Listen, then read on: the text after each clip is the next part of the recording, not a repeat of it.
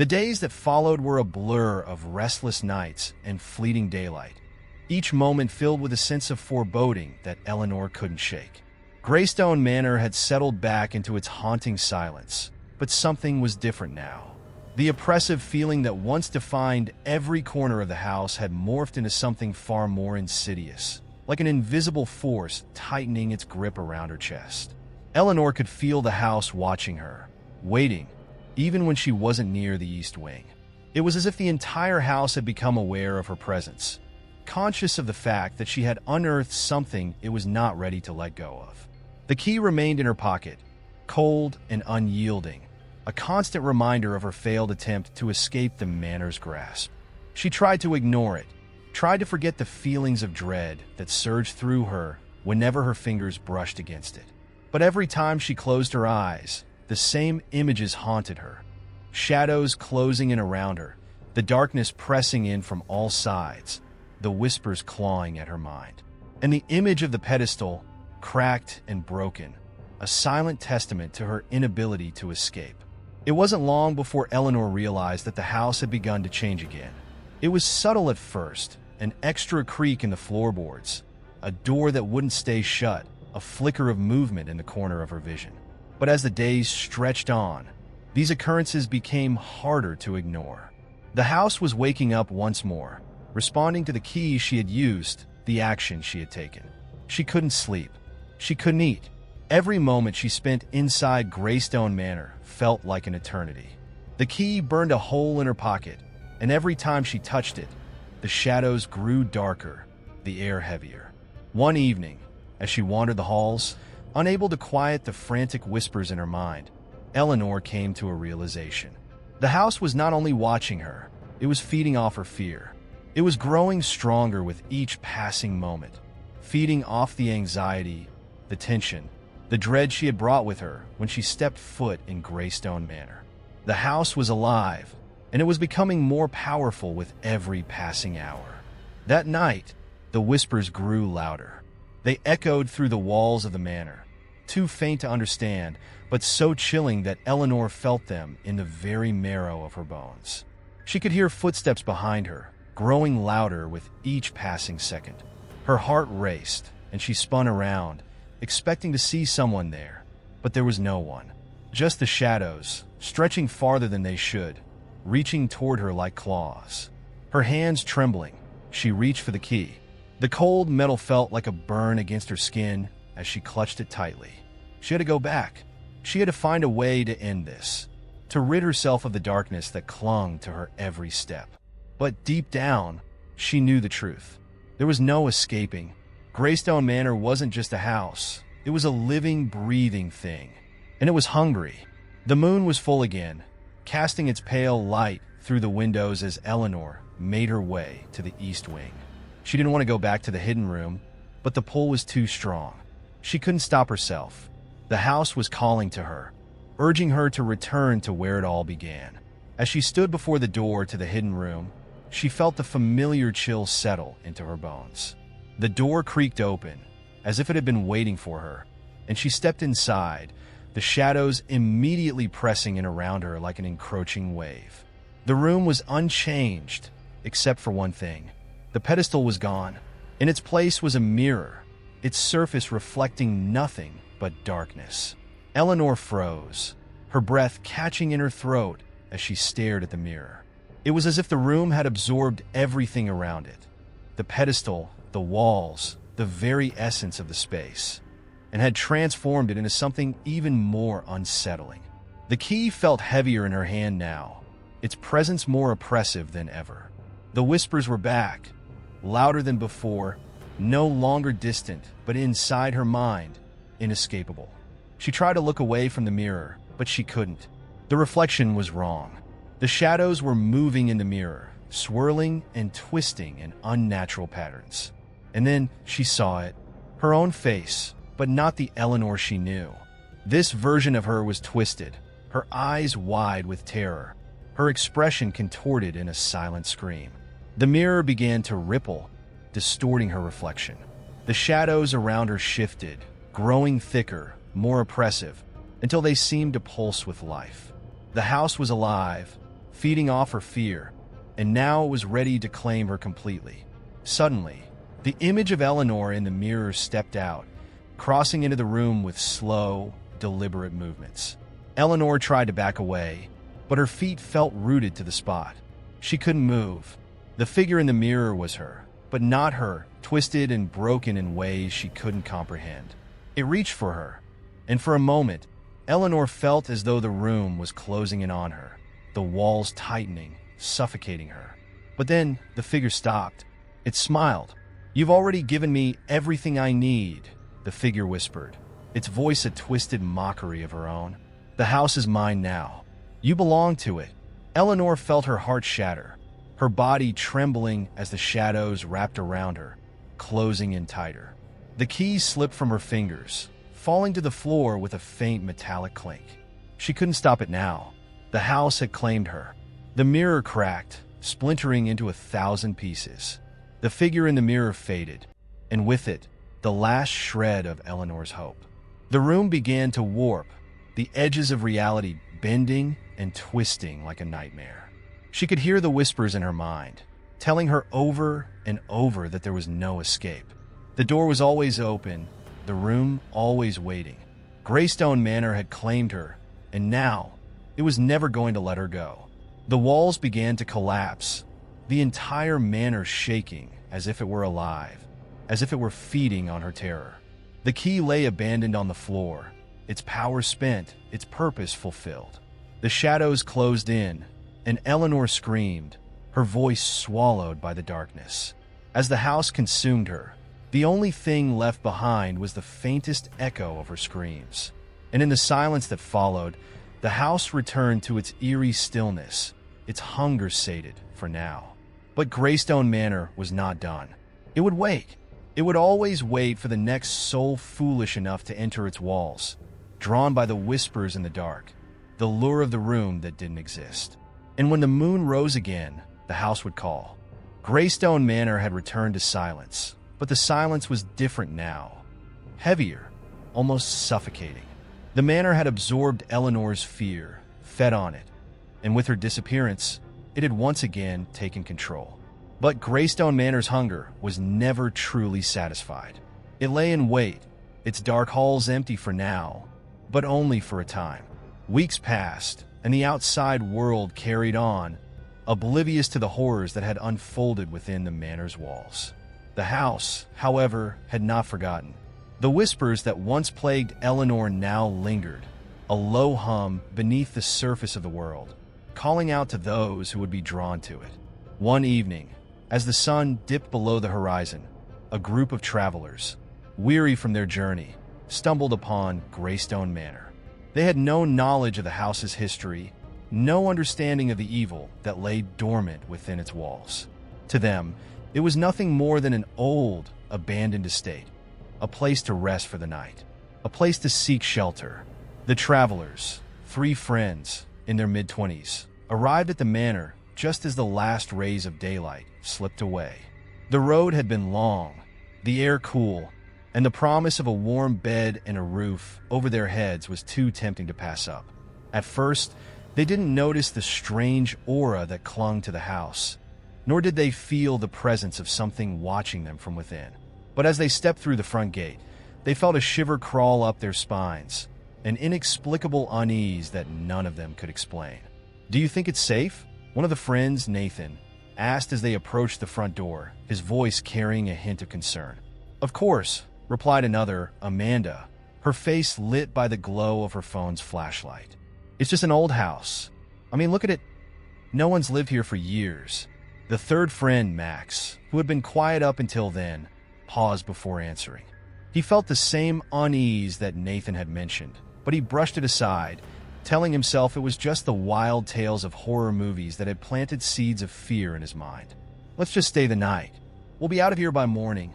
And so, the 3 friends pushed forward, stepping across the threshold and into the darkened hallway. The door groaned as it shut behind them, and the shadows seemed to lengthen, creeping over the wooden floors and dark walls.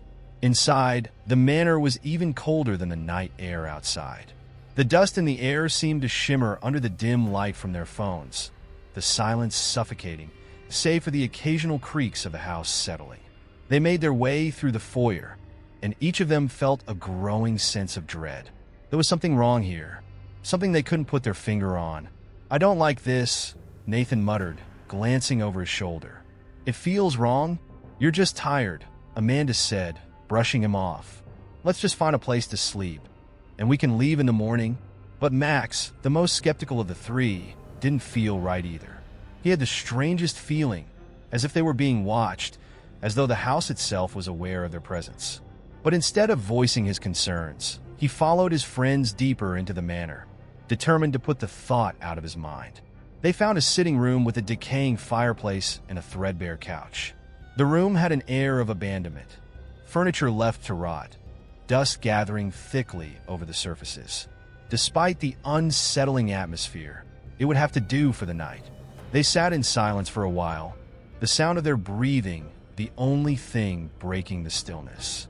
Max couldn't shake the feeling that something was wrong, but it wasn't until they heard the first sound that he realized how right his instincts had been.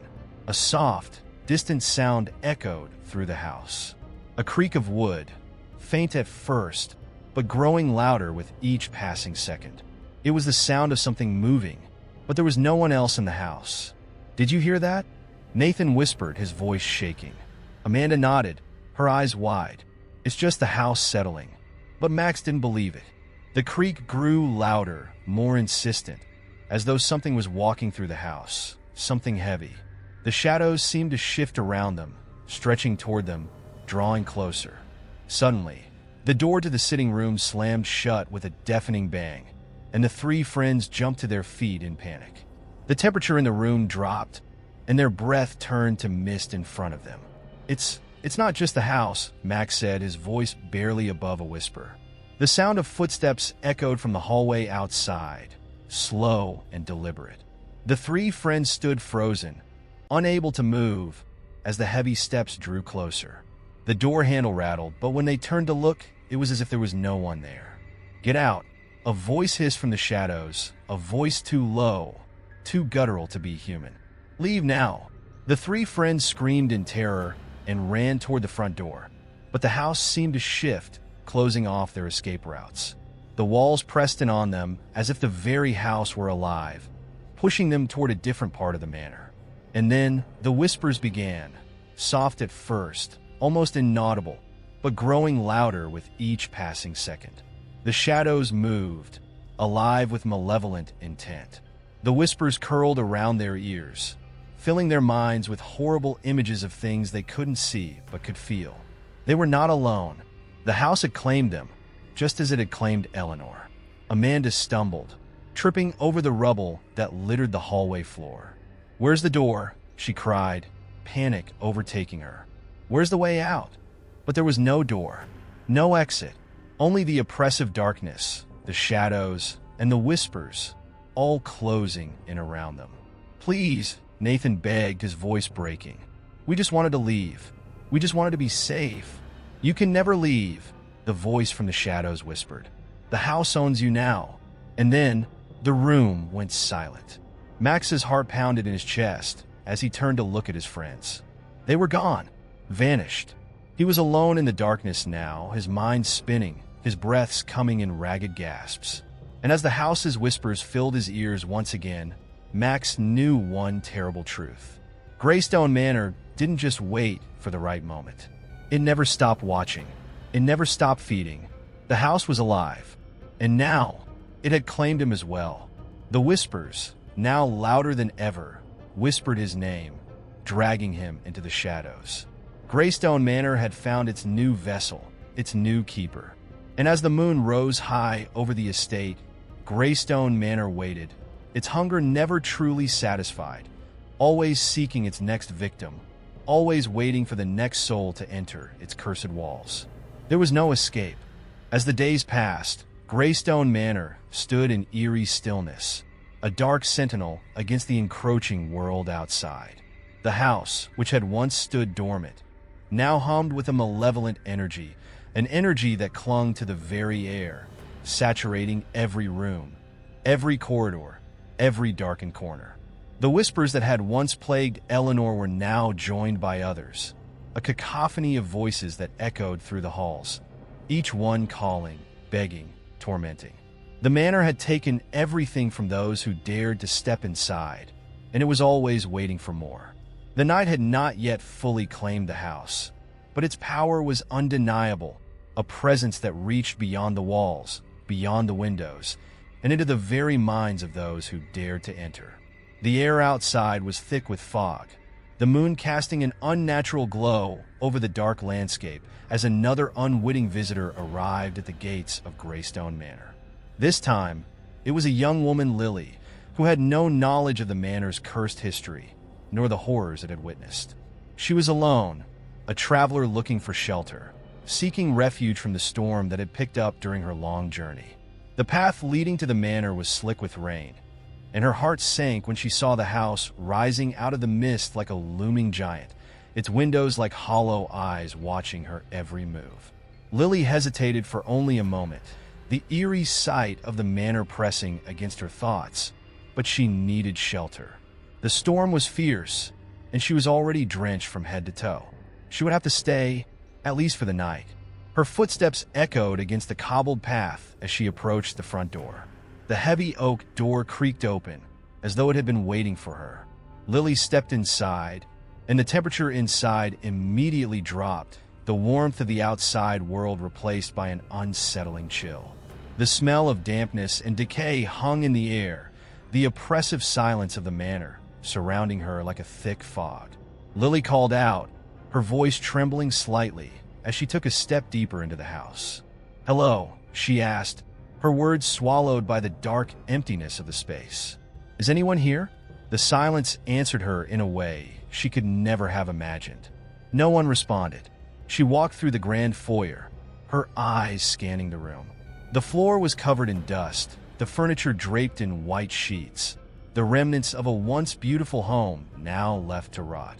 Every step she took seemed to make the house groan, as if it were awakening from a deep slumber. She noticed the stairs leading up to the second floor, but something in her gut told her not to go up. The air seemed heavier up there, thicker somehow, like it was trying to pull her toward it. Instead, she wandered toward the sitting room, hoping to find something that would offer some comfort. But as soon as she entered, the door slammed shut behind her, the sound reverberating through the house like a death knell. Lily froze, her heart racing in her chest. The house was alive. She could feel it in every inch of her being. She tried the door, but it wouldn't budge. Panic began to rise in her throat, her breath quickening, as the walls seemed to press in around her. She could feel something dark watching her, waiting. She turned, trying to orient herself, when she heard it, the faintest whisper. It was so quiet at first that she wasn't sure she had imagined it. But then it came again, unmistakable this time, a soft and mocking voice, like a breeze through the cracks in the walls. "You shouldn't have come." Lily's pulse quickened, and she spun around, but there was no one there. The room was empty. The air was still. She was alone, or so she thought. Suddenly, the shadows shifted. The light from the flickering candle she had found cast elongated shapes across the walls, and for a brief moment, she thought she saw something move. A figure, barely visible, standing in the corner of the room. She took a step toward it, her legs heavy, her heart in her throat. But as she reached the corner, the figure was gone. A shiver ran down her spine. It wasn't just the cold air. It was something else, something dark, malevolent, that was alive in this place. She backed away slowly, her mind racing. She had to get out. She had to find a way to escape. The door wouldn't open. The windows were boarded up, preventing any kind of escape. She was trapped. The house was toying with her, pulling her deeper into its web. And then the whispers came again. This time, they were louder, more insistent. The shadows began to twist, forming into shapes that seemed to reach for her, stretching toward her like dark hands. Her legs went weak beneath her, and she collapsed onto the cold floor, her breath coming in short, panicked gasps. "Leave!" The voice hissed close, too close. "Leave now before it's too late." But it was already too late. Lily felt the cold hands of the house wrap around her, the darkness pulling her down, suffocating her. She tried to scream, but no sound came from her throat. Her vision blurred as the room around her seemed to collapse in on itself, the walls closing in. The house was feeding again. It had claimed another victim. In the distance, the moon shone high above, casting its pale light over Greystone Manor. The shadows stretched across the land, reaching out like hungry tendrils, pulling in all who dared to get too close. And as the last of Lily's breath was stolen from her, the house settled back into its stillness, as if nothing had happened. The whispers quieted, the shadows stopped moving. For now, Greystone Manor was satisfied. But it wouldn't be long before the next soul came along, seeking shelter from the storm. And when they did, the house would be waiting, patient and hungry, its walls ever expanding, ever growing. The room that didn't exist would always be there, hidden in the shadows, waiting for the next unwitting visitor. Greystone Manor never stopped waiting. It never stopped feeding. The wind howled outside Greystone Manor, its fury echoing through the trees as the night deepened. The house stood still, unmoving, its silence broken only by the occasional creak of its wooden beams settling under the weight of time. The manor, with its dark secrets and twisted history, had claimed more than its share of victims, each soul lost within its cursed walls. As the moon rose high in the sky, casting an eerie glow over the fog-shrouded landscape, another traveler made his way down the desolate road leading to the manor. This time, it was a man named Richard, a seasoned wanderer with little fear of old houses or legends. He had heard whispers of Greystone Manor from locals in the nearby town, warnings of strange happenings. But Richard wasn't one to let superstitions control his path. He had traveled across the world, facing dangers that would make most men tremble, and he wasn't about to let an old house stop him from finding shelter. He had been on the road for days, and the relentless storm had caught him by surprise.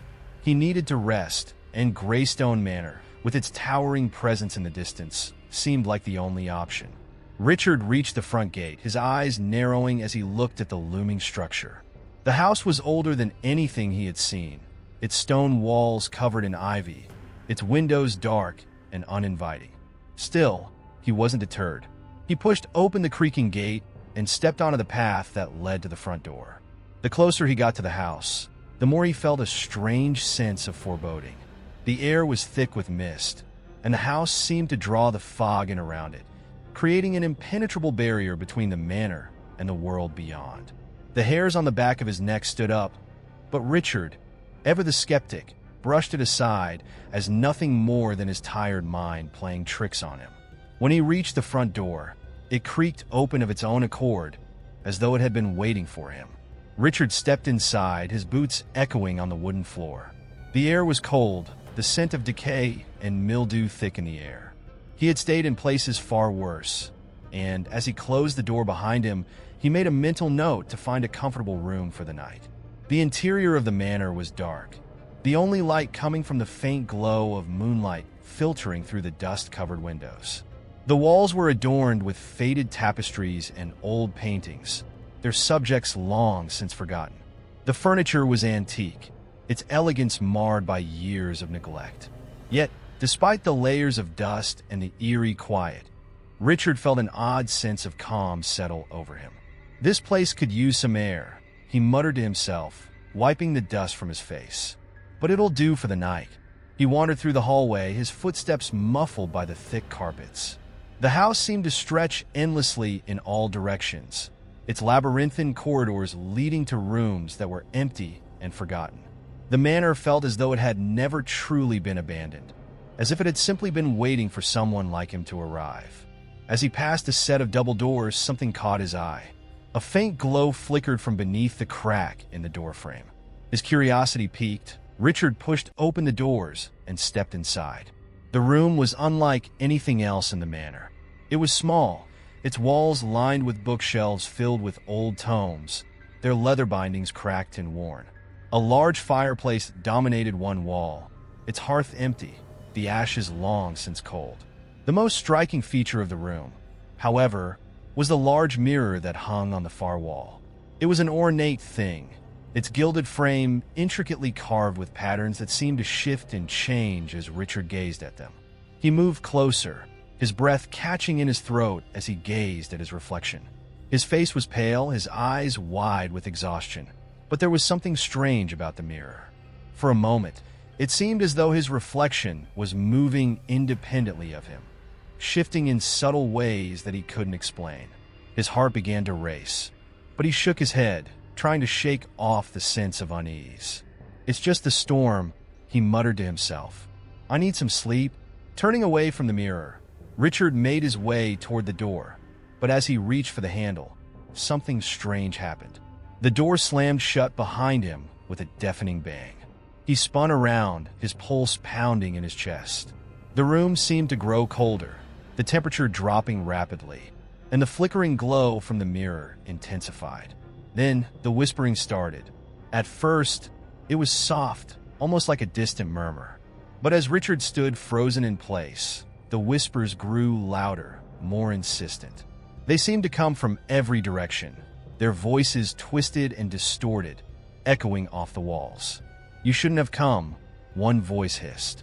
"Leave before it's too late," another voice whispered, its tone desperate. Richard's heart thudded in his chest as he spun around, trying to locate the source of the voices. The room felt smaller now, closing in on him, suffocating him.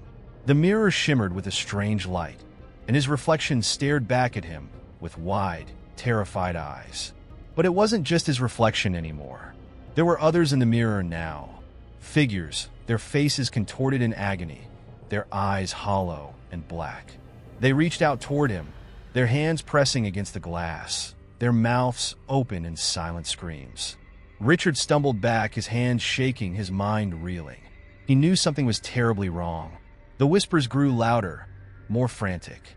They were all around him now, pressing in from every side. He tried to move, to escape, but the room seemed to shift and twist, the walls closing in around him. The air was thick with the stench of rot, and the ground beneath his feet seemed to pulse with a dark energy. And then, just as suddenly as it had started, the whispers stopped. The room went silent, deathly silent. Richard's breath came in ragged gasps as he stood alone, staring at the mirror. The figures within it were gone, and his own reflection stared back at him, still lifeless. But it was not the same reflection. It was different. The man in the mirror smiled. Richard screamed, his voice cutting through the silence like a knife. He stumbled backward, his heart racing, his mind screaming for him to run. He tried the door again, his hands shaking as he fumbled with the handle, but it was locked. The air seemed to press against him, suffocating him, and he turned back toward the mirror. The reflection moved again, this time more clearly. It was no longer just a reflection, it was something else. The figure in the mirror stepped forward, its face twisted with malice, its eyes black as coal. And it wasn't alone. Figures began to emerge from the shadows of the mirror, stepping into the room with slow, deliberate movements. They were the souls of the house, the ones who had been trapped here for centuries, their forms twisted by the dark power of Greystone Manor. Richard backed away, his hands raised in front of him, but it was too late. The shadows closed in on him, the figures reaching for him with cold, clawed hands. The air was filled with the sound of whispers, now clear and unmistakable. "You should have left." The last thing Richard saw before the darkness consumed him was the face in the mirror, the one that had once been his own, grinning at him with a twisted, knowing smile. And then there was nothing. Greystone Manor stood silent once more, its secrets safe within its walls. The whispers faded, and the mirror hung untouched, waiting for the next visitor to claim. In the distance, the storm raged on, but the manor was quiet, patient, always waiting for the next soul to stumble into its grasp. And it would wait forever. As the days turned into weeks, the legend of Greystone Manor continued to grow, but no one dared to approach the house. The village nearby, once populated with curious travelers and locals who shared rumors of the mansion's terrifying reputation, had become a ghost town in its own right. Those who had heard the stories of the manor's horrors had stayed far away, and those who had lived through the eerie whispers and nightmares kept their distance. No one spoke of the house anymore. The few brave souls who once ventured close never returned, and their fate became nothing more than a whispered warning passed between the few remaining inhabitants. But the darkness of Greystone Manor never slept. It was on a quiet evening, when the sky was painted with the purples and oranges of the setting sun, that a new visitor arrived, a man named Thomas. He had heard the stories, of course, but his curiosity and defiance were too strong to ignore. His profession as a journalist specializing in the supernatural meant that he had seen and experienced many things, and he believed he could unravel whatever mysteries the manor held. Thomas had received a letter, though it had no return address. The letter simply stated, "Greystone Manor is waiting." The note, cryptic yet compelling, had stirred something inside of him. His editor had warned him not to follow up on such a story, but Thomas was determined. He needed the truth. As he approached the gates of the manor, he noticed how the surrounding land seemed untouched by time. The fog that often veiled the manor seemed to cling to the trees, wrapping them in a thick blanket.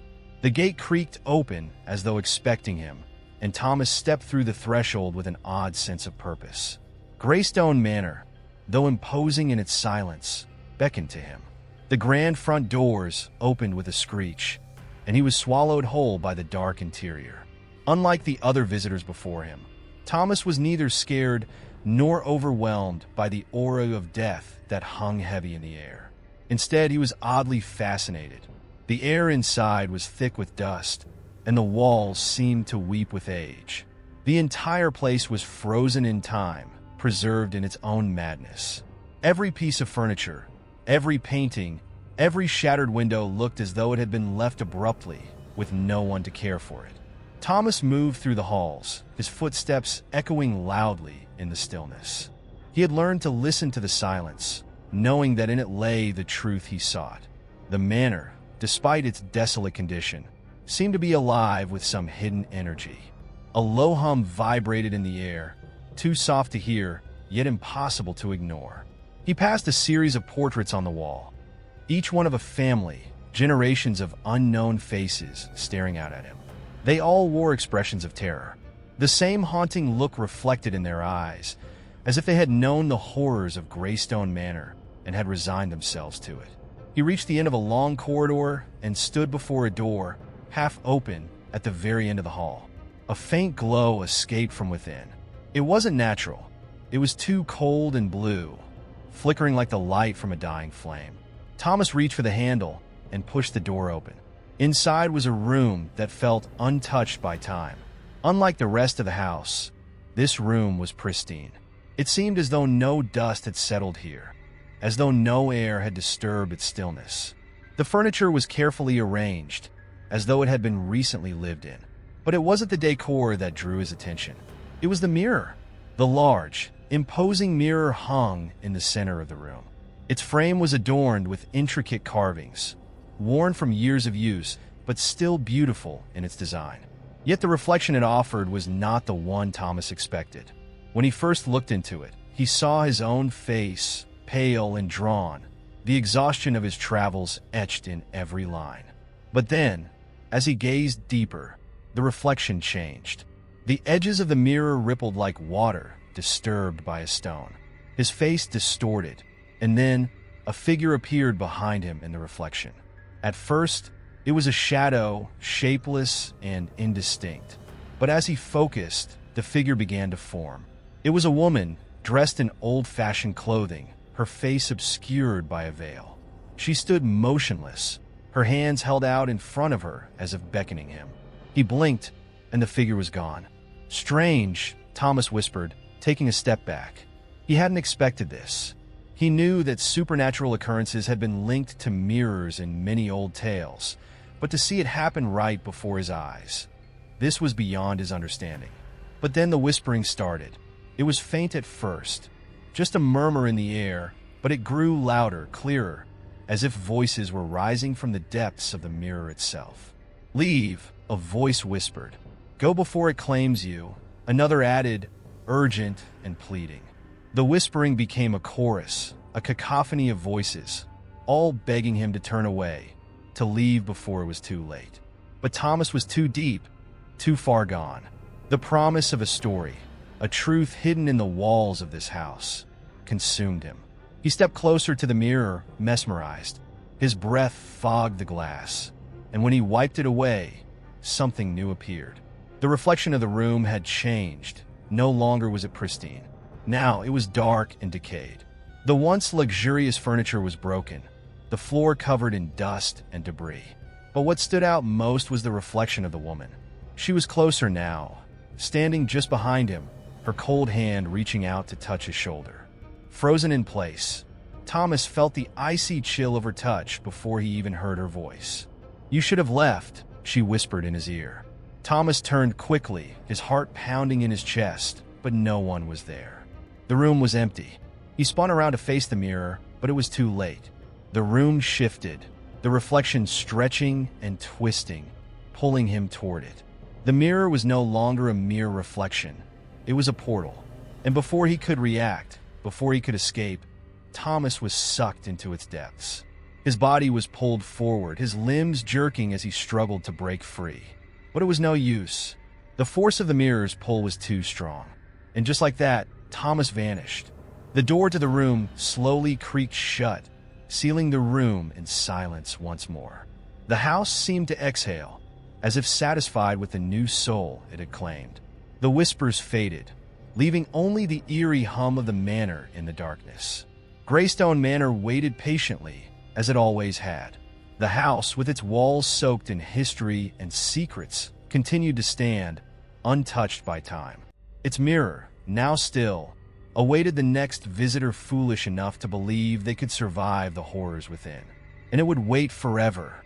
The days drifted by, each one blurring into the next. The winds outside Greystone Manor never seemed to stop, howling through the trees like a mourning wail, carrying with it the echoes of lost souls. Though the town had all but forgotten the cursed manor, there were still those who passed by on the road, those who sensed the pull of the house. Some would glance up at the towering walls, only to feel their stomachs churn with unease and quickly avert their eyes, hastening their steps. But there was one man, one fool, who did not turn away. His name was Victor, and he had heard rumors, much like Thomas, of the house with its strange mirror and its dark history. But where others had been put off by the tales, Victor was drawn in. He was not a journalist or an explorer of the supernatural. He was an urban historian, fascinated by the forgotten relics of the past. He saw Greystone Manor not as a place of death and terror, but as a puzzle, a piece of history waiting to be uncovered. The letter he received, much like Thomas's, was an invitation. And though he had no idea who had sent it, the words had piqued his interest in ways he couldn't ignore. Greystone Manor holds secrets that belong to the moonlight. The letter had no signature, only that cryptic message, which was enough to awaken his curiosity. He had heard of the house before, of course, the stories from the village, the long-abandoned manor that had claimed the lives of more than a few brave souls. But none of those stories had mentioned the moonlight. What was it about the moonlight that made this place so special? Victor had to know. It was a clear night when he arrived at the manor, the full moon casting its pale light over the house, making the ivy-covered walls shimmer like something out of a dream. The night was eerily calm, the air sharp and cold, carrying a strange stillness that felt almost unnatural. As he stood before the gates, he could feel the weight of the house's presence pressing down on him. For a moment, he hesitated. The house seemed to exude a palpable energy, something heavy and ancient that he could almost taste in the air. It was as if the manor itself was watching him, waiting. Victor shook off the feeling and pushed open the rusted gate. His footsteps echoed against the gravel path as he made his way to the front door. It was ajar, as if inviting him inside, and he stepped over the threshold without a second thought.